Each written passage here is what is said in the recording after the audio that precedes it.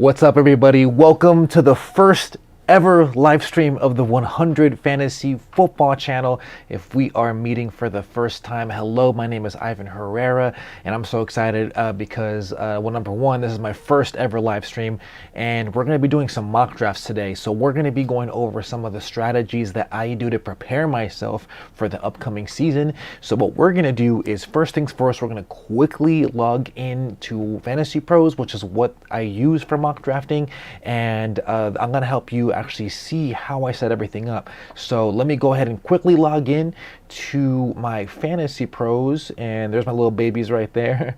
And let's actually update this really quick because it should be, there we go.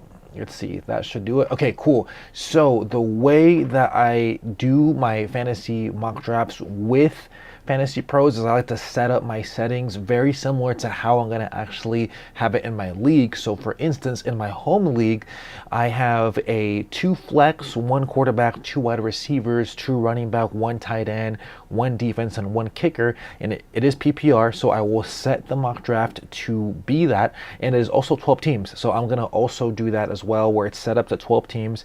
And the cool thing about Fantasy Pros is that you have the opportunity to use it over and over again, and it's a really fast simulator, so you can knock out 5 to even 8 mock drafts in one sitting if you're by yourself. And being that I do a lot of research and I do a lot of preparation, Fantasy Pros seems to have probably the best interface to be able to do mock drafts. So what I'm going to do is we are going to pick out of the first spot, so then that way I can talk through strategy and we can just see how the draft's going to shake out. So I'm going to go ahead and show you the draft board. So again, it is a mock draft of 12 teams, and you are going to see how I'm going to go about this. Now, when it comes to the first pick, there isn't much of a surprise of who I should take, and that's easily going to be Christian McCaffrey. I think he is slated to have another big season. Even though he missed a lot of time last year, he still showed that he was valuable, and I mean, he averaged 20 plus points per game in the 3 games he did play. So let's go ahead and see how the draft board is shaking up right now as we go through this. So at the second spot, Dalvin Cook got picked, and then we saw Derrick Henry go at the 3rd spot.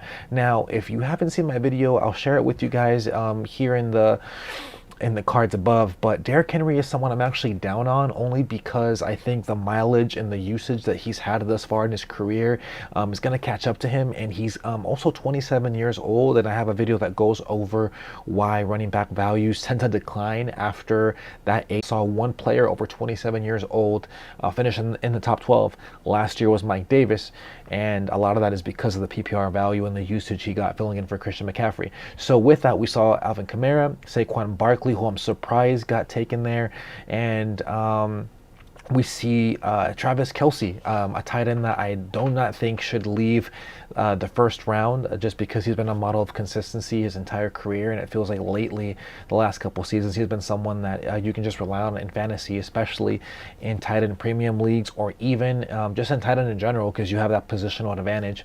And from there, we see Ezekiel Elliott, who I'm very high on, got picked. Nick Chubb, DeAndre Hopkins, Jonathan Taylor, Devontae Adams, and Austin Eckler. From there, we saw Aaron Jones, Antonio Gibson, Najee Harris, who we saw get a lot of work in that first preseason Hall of Fame game, Tyreek Hill, Clyde Edwards-Helaire, Stephon Diggs, Calvin Ridley, Patrick Mahomes, the first and of course the most obvious quarterback to be taken off the board, Joe Mixon, DK Metcalf, and Keenan Allen. So now that we know that a lot of the top tier wide receivers have been taken, at this point I'm looking to either look for a top slated wide receiver, or I'm going to see if I can see whether I'm going to see if I can get my hands on either a tight end that I feel very confident in, so I can get the positional advantage as well. And being that Darren Waller is there and I already have Christian McCaffrey, I'm going to see how my draft will look if I take Darren Waller as my tight end. And what this does is that, for me at least, it gives me the green light to, no, rather, it gives me the red light to not draft a quarterback until much later, because I'm already investing pretty high in tight end. So with that, I am going to go with, I love Justin Jefferson. The injury he just had, it wasn't that big of a deal. It was a AC joint from what I heard out of a Vikings training camp. So Justin Jefferson is someone that I think you should still invest in if you are looking to draft a wide receiver of his caliber. Not that I would lower him in my rankings, but something to just monitor as we continue to go through training camp. So let's go ahead and go back to the board and see how it looks. So I'm going to go ahead and take, you know what, let's go ahead and go AJ Brown. Now the AJ Brown is that it's very easy to get caught up with the fact that, you know what, they just added Julio Jones. But the way that I see it, now that Ryan Tannehill has Julio on the other side, he has AJ Brown, he also has Josh Reynolds, who's also extremely talented. That now frees up AJ Brown to do so much more, and it's much less for defenses to be able to key, just to solely key in on him. So with that, I'm gonna easily go with now.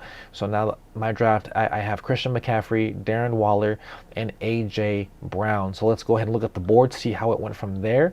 And it looks like, okay, so we got from there, Kyler Murray, the second quarterback off the board, got taken there. Then we saw Justin Jefferson, George Kittle, DeAndre Swift, Terry McLaurin, J.K. Dobbins, C.D. Lamb, Allen Robinson, Josh Allen, Robert Woods, Lamar Jackson to round out the third round.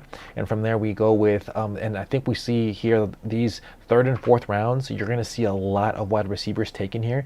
And this seems to be the trend that we're seeing here. So let's go ahead and continue reading this off. So we saw Amari Cooper, Julio Jones, who I just mentioned when we were talking about A.J. Brown, David Montgomery, Mike Evans, DJ Moore, Cooper Kupp, Adam Thielen, Josh Jacobs, Miles Sanders, and Tyler Lockett. And now we're back to the turn where I get to close out the fourth round and then open up the fifth round. And my team so far, I like it. I'm not seeing anything I don't already like. So let me see. We have Christian McCaffrey, Darren Waller, AJ Brown. Now I do see Chris Carson is atop of the draft board right now, and I do love Chris Carson this season. And you know what, the thing is, Seattle just did hire a new offensive coordinator coming into the year, and I believe he's going to add more balance. But I do not think that will get in the way of Chris Carson being effective, considering that he's shown throughout his career that he's an efficient runner. So I feel very comfortable going ahead and going with Chris Carson right here to be my second running back to go along with Christian McCaffrey.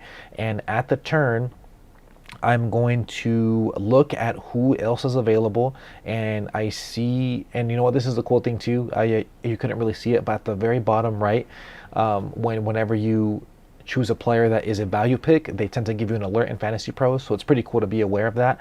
Now, I am tempted to see if I would want to get a tight end here, but I see that, you know, we already got Travis Kelce, Darren Waller, and George Kittle off the board, so I'm going to go ahead and see if I can get a second wide receiver here that I really like.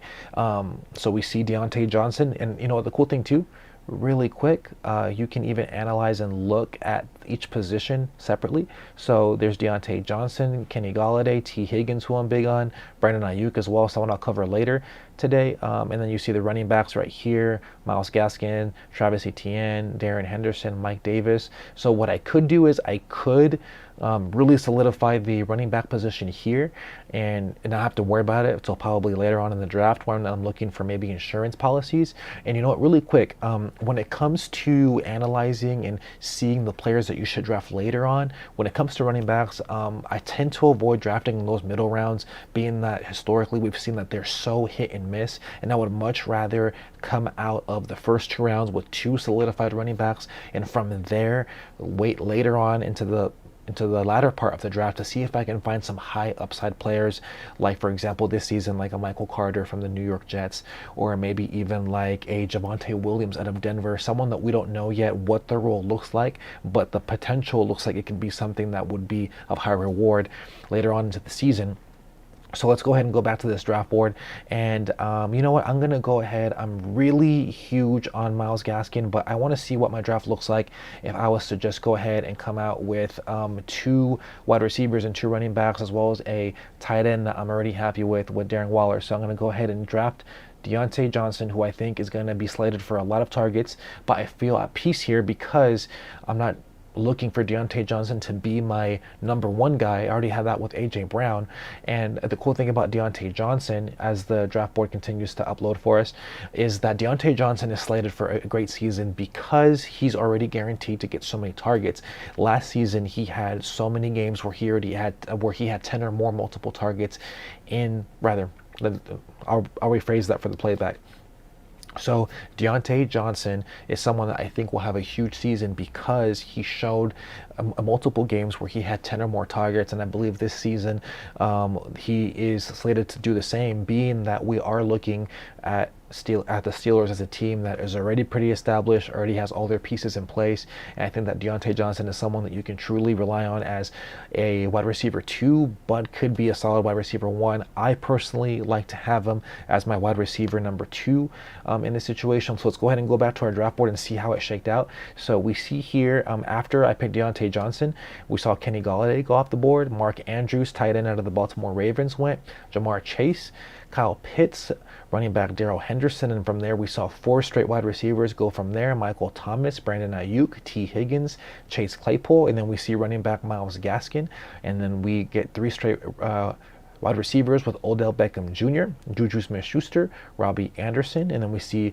running backs Mike Davis, Travis Etienne, and we see rookie wide receiver out of Philadelphia Devontae Smith, tight end T.J. Hawkinson, quarterback Dak Prescott, Cortland Sutton out of Denver, DJ Chark, Laviska Shenault, and then now the pick before me was Chase Edmonds, running back out of Arizona. You know what? I have something interesting to say about Chase Edmonds. I love Chase Edmonds. I really do. I think he's someone that brings a lot of talent, being that he brings you a lot of PPR value with his with his catching ability.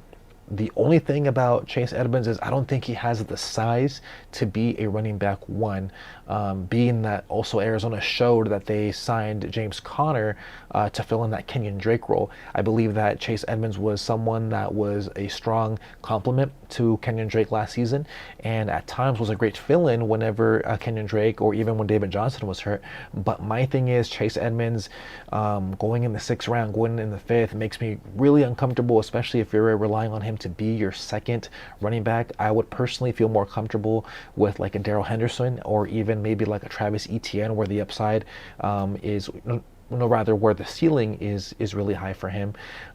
So with that, let's go ahead and see our board here and what I'm going to do. So I see here, so we already have, just a quick recap of what my roster looks like. I have Christian McCaffrey, Darren Waller as my tight end. I have AJ Brown, Chris Carson, running back out of Seattle, as my second running back. And then I have Dionante Johnson as my wide receiver 2. Now when I look at the board, I'm going to quickly scan it real quick so you can see where I'm looking at right here, and you see a lot of wide receivers here. Now my tip that I'm going to give you when it comes to looking to fill out your roster, I never look to fill all my running backs, wide receivers, tight ends. I just look for the best player with the best potential for my roster. So in this case, I already have both my wide receivers and my running backs pretty solidified, as well as my tight end with Darren Waller. So right now what I'm looking for is just talent, people that can give me the absolute best opportunities to win. And so right now when I look at the board, I'm not looking to fill running back, because right now I'm going based off tiers. And if we look at the running backs that are available right now, we have Kareem Hunt, who quite frankly is not a bad selection as my potential second flex running back. We see Javonte Williams, one of those high upside guys, Melvin Gordon, Raheem Mostert, James Robinson, who I'm avoiding at all costs, depending the price, of course. But being that his price is still pretty high, I would not touch James Robinson this season.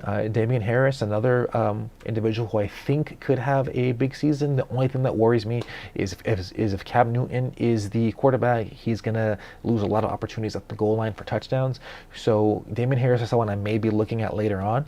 So being that right now when I look at the overall board, I don't have a quarterback just yet. Quarterbacks that have been selected have only been 1, 2, 3, 4, 5 quarterbacks. I believe this is the round 7 or round 8 is when you see most of the quarterbacks come off the board. But because I got tight end early, I'm going to go ahead and wait on quarterback. So let's go ahead, and I really love Kareem Hunt here. And I see, but you know what?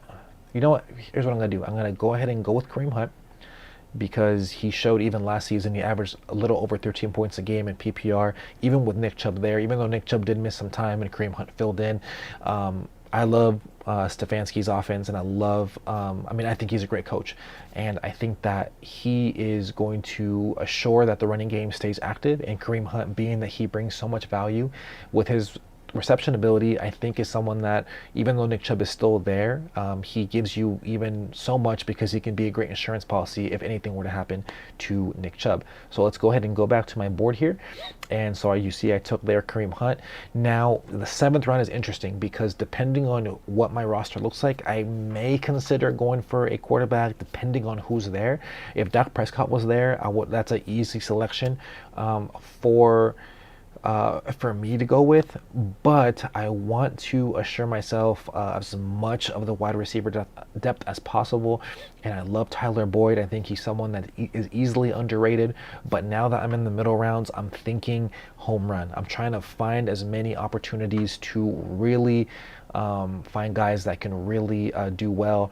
And for example, someone that I'm really liking is Jerry Jeudy. He's sitting right there. I think he is an amazing route runner, someone that will, I believe, have a breakout season. So let's go back to my board, and I'm going to select Jerry Jeudy, 2nd year wide receiver out of Denver.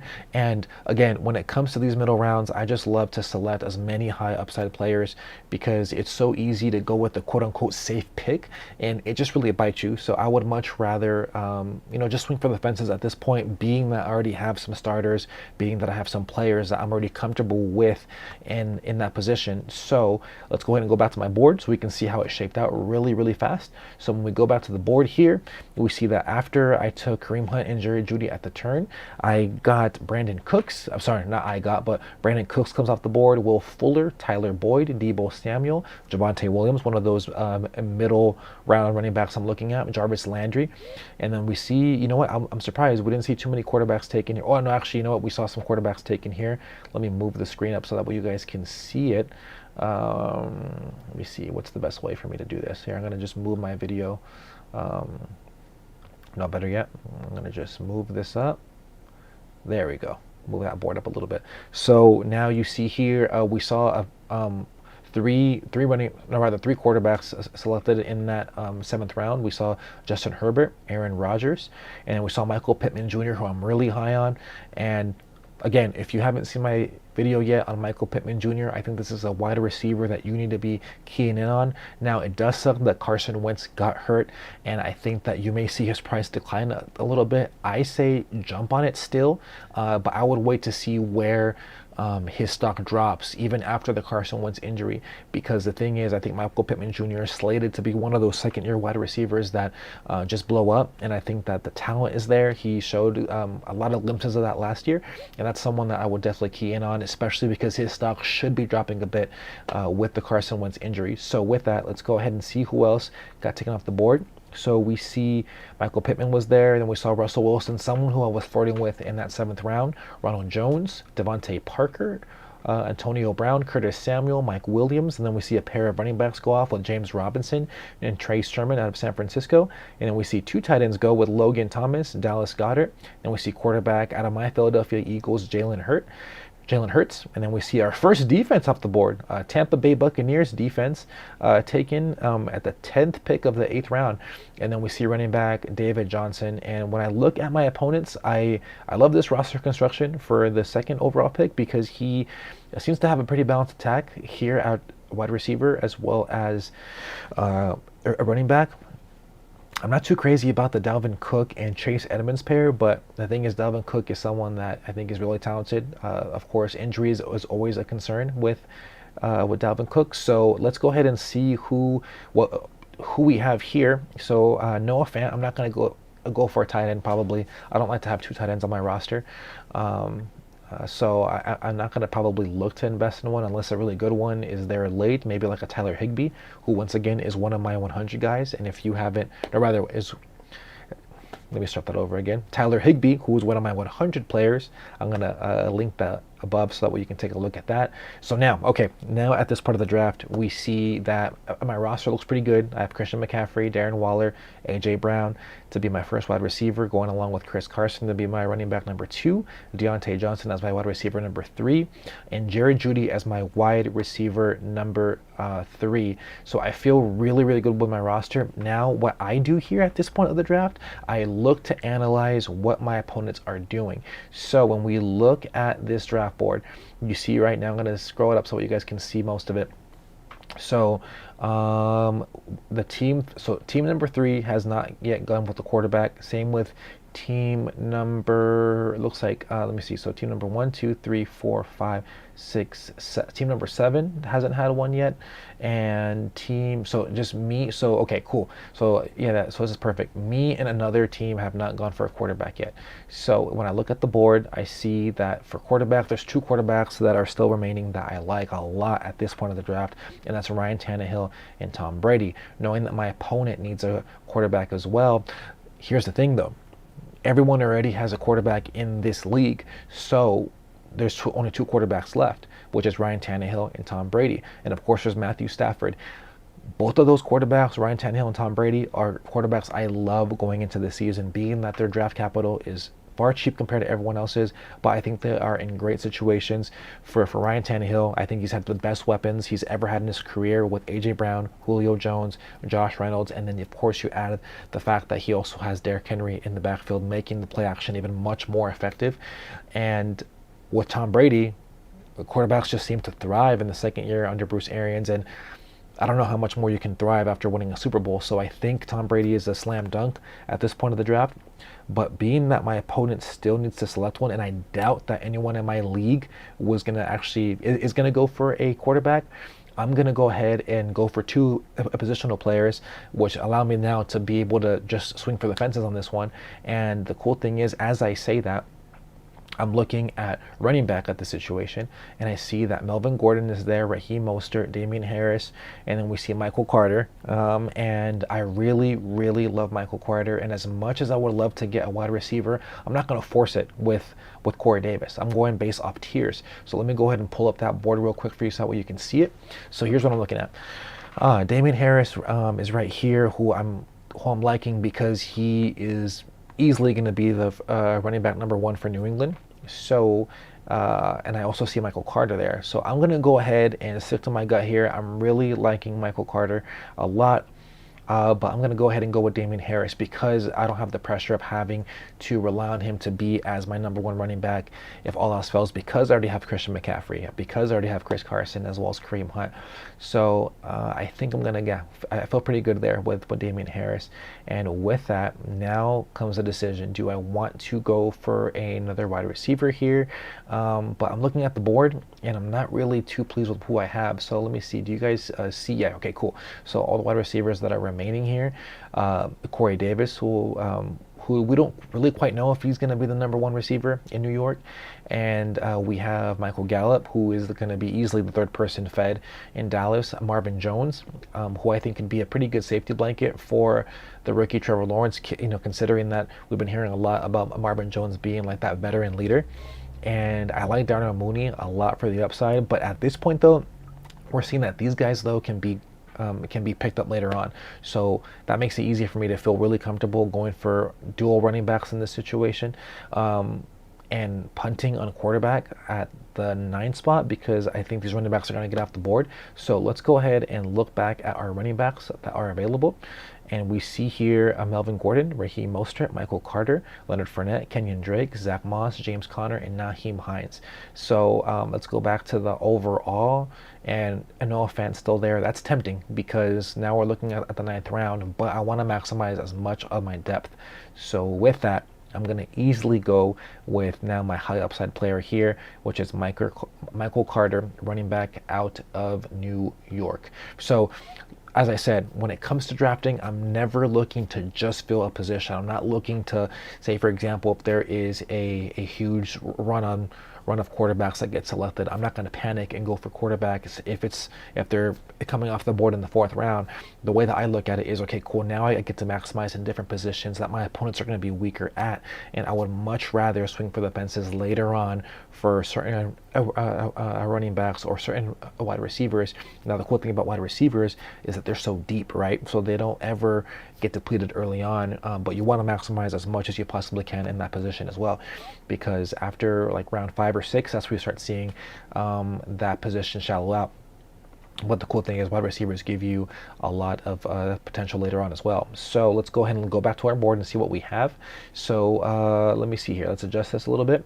So after I went with Michael Carter and Damian Harris, we saw, wow, Cole Beasley got taken over here.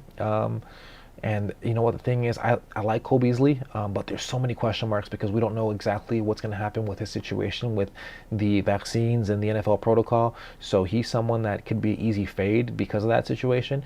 So from there, after we see Cole Beasley come off, we see Raheem Mostert. We see Marquise Hollywood Brown. Then we see 3 wide receivers go off. No, I'm sorry, 3 running backs go off the board with Melvin Gordon, Zach Moss, Leonard Fournette. Then we see 4 wide receivers come off the board there, and 2 of which I was looking at later on, right? And that was Mecole Hardman, Michael Gallup, Darnell Mooney, who I mentioned, and Corey Davis. Then we see running back James Conner. We see Noah Fant, tight end, get out of there. And then we see Sterling Shepard, Jalen Waddle, Henry Ruggs, Russell Gage. 2 guys I did not think were going to be that high.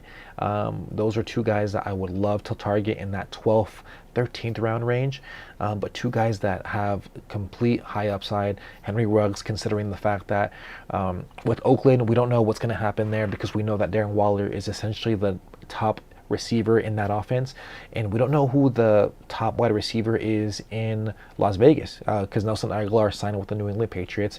Now we have Henry Ruggs, who may be the number 1 wide receiver, someone that could have a big season, but look how far he went into the draft. Like, just go back here. He got taken in the 10th round. So I think that's great value there, considering that we don't know what's going on over there, but he has the potential to show that talent to be that number 1 wide receiver in Las Vegas. So from there, we see Russell Gage.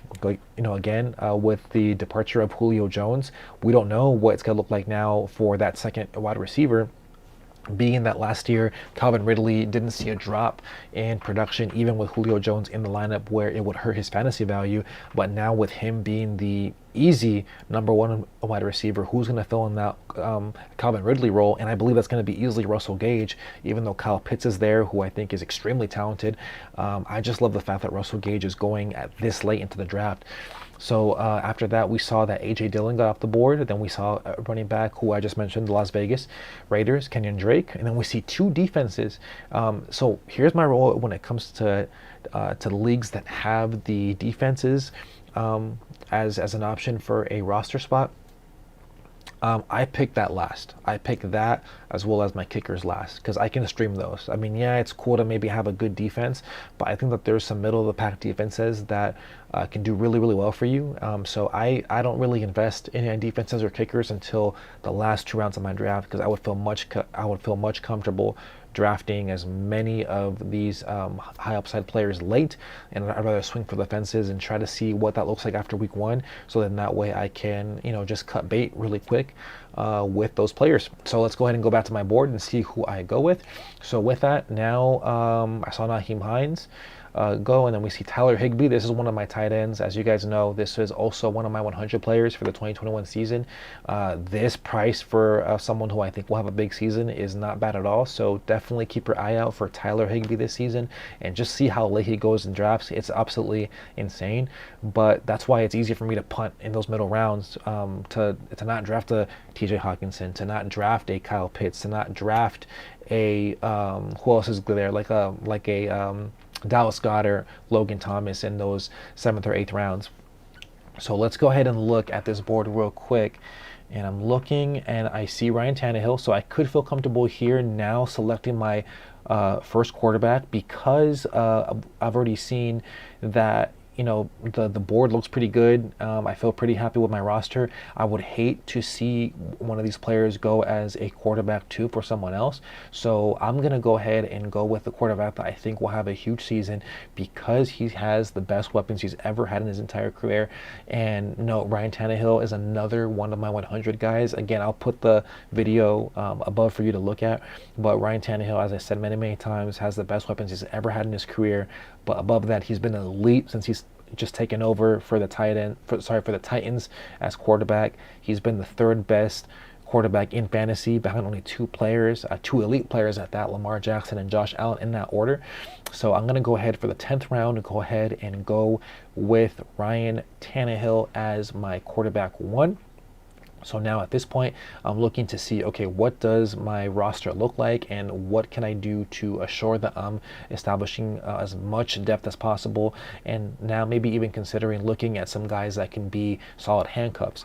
Now, for those of you that don't know what handcuffs are, handcuffs in fantasy football are, it's usually used to describe a running back.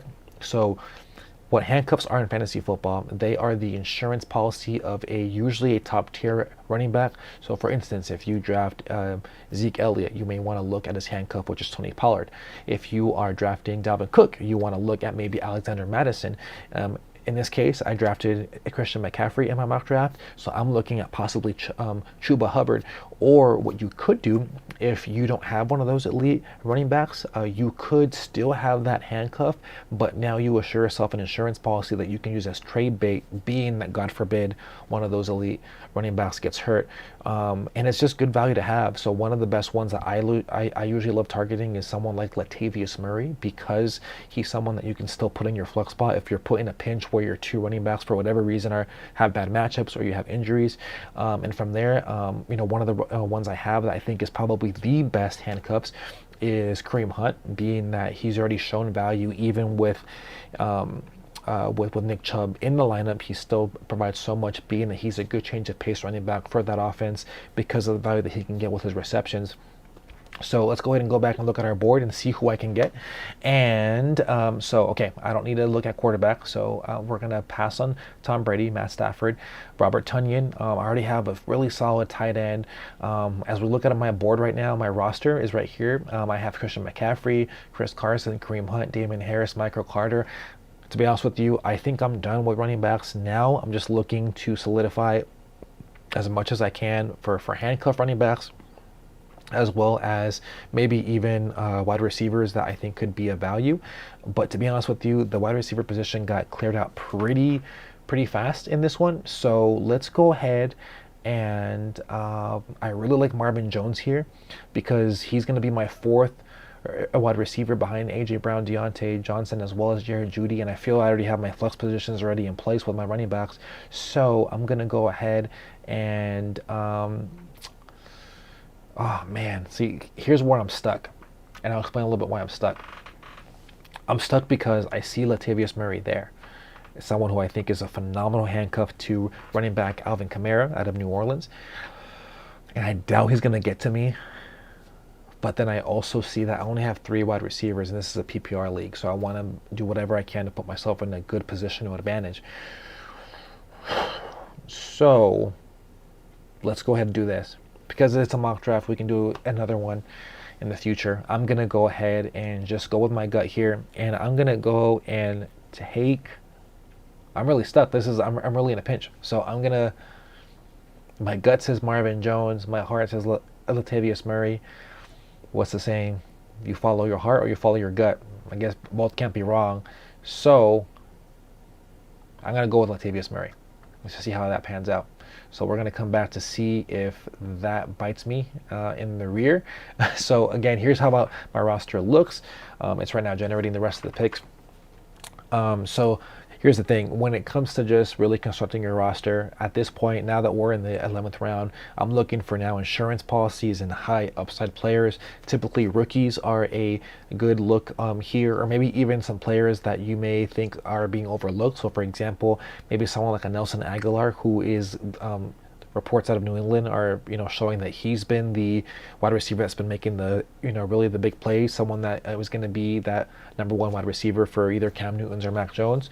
So let's go ahead and go back real quick and see how that roster is looking, how the draft board shaped out. So we see here, let's look here. So after my pick of Latavius Murray, I'm going to just zoom this out a little bit so you guys can see it a little better. Or actually, better yet, I'm going to do this, and I'm so sorry. I typically don't like moving my screens around this often, so I'm going to move myself a little bit here so you guys can see the entire board. I want to make sure you guys see the full experience here. So let's zoom this bad boy out. Actually, let me fix this window real fast. There we go. That's far better. That's much better. Okay, cool. Let's lock this in. So cool. So we see here that we have J.D. McKissick got taken off the board right there, and then we see quarterback Tom Brady. I'm so glad I didn't wait to another round because I'm pretty sure that I probably would have lost Ryan Tannehill or even Tom Brady for sure at that point. Devin Singletary, Marvin Jones, the guy I was looking at right there. So I'm glad I took Latavius Murray.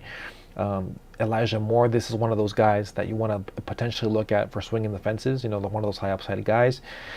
Gus Edwards, Robert Tonyan, T.Y. Hilton, Paris Campbell, Adam Troutman, Jalen Reagor, Irv Smith, Rob Gronkowski, running back Tony Pollard, Hunter Henry. Then we see quarterback Joe Burrow, wide receiver Traquan Smith, another one of those high upside wide receivers. We see running back Alexander Madison, wide receiver Jamison Crowder, running back James White, and then we see tight end Mike Gesicki. So now I'm back up for 2 picks.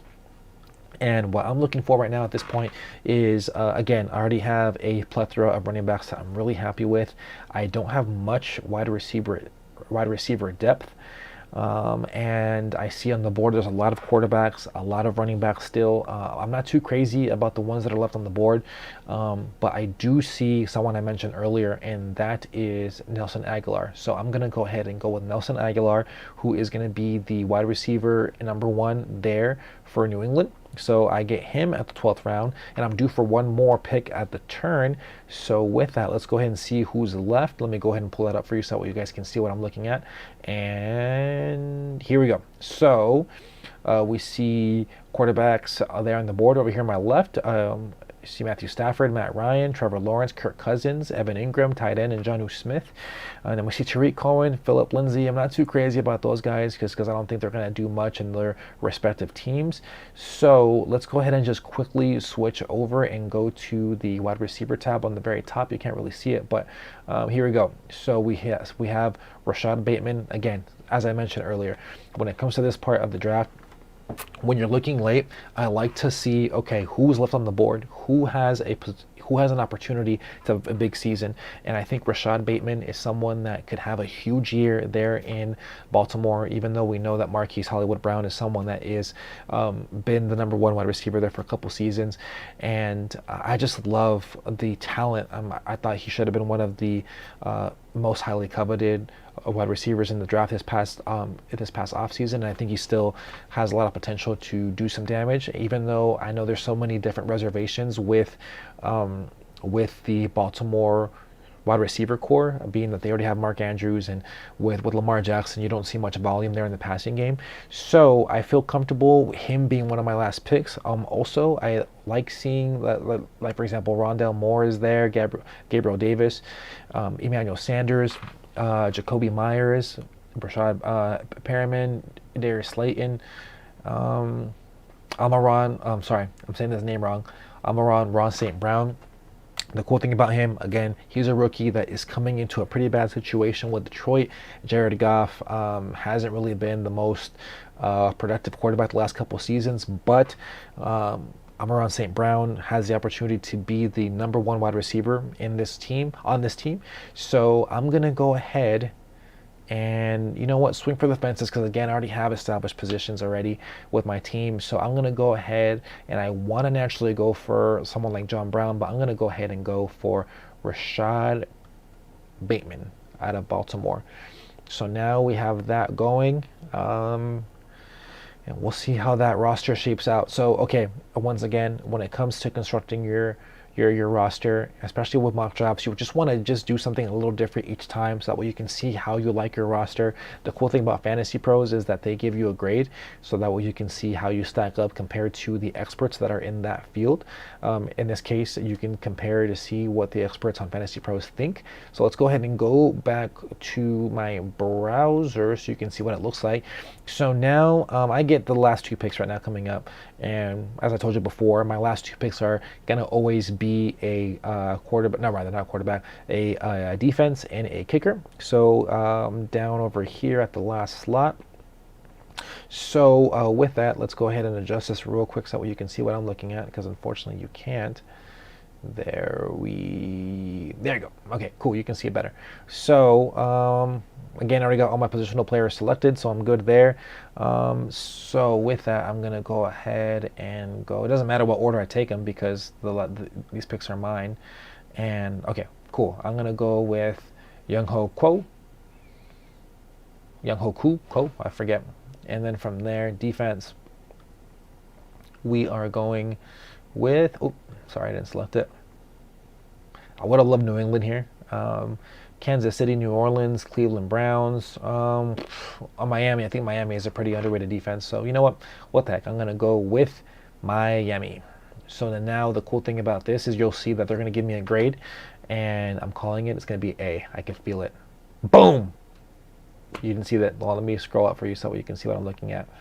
What I say, I literally felt it was going to be A, and A+.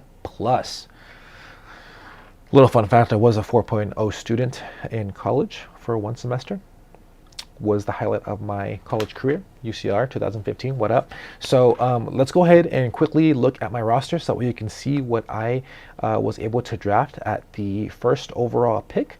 And let's go ahead and really pull that up. Okay, cool. So let's go to projected standings. And this is the cool thing about Fantasy Pros, is that once your draft is done, you can see your roster, you can compare it to everyone else's, and they actually measure your roster based on 3 different attributes. And that is, let me see. Oh, cool, I forgot. I got the premium feature now. So you can actually now like analyze how your team looks. So this is how that dashboard looks like. So it gives you expert opinions, steals, and reaches.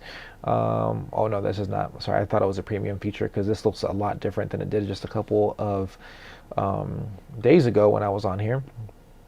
Okay, cool. So let's go ahead and go here real quick and see what we got. So we have my team here. It says my position ranks overall, I'm number 1. Starters, number 1. My bench is 3rd.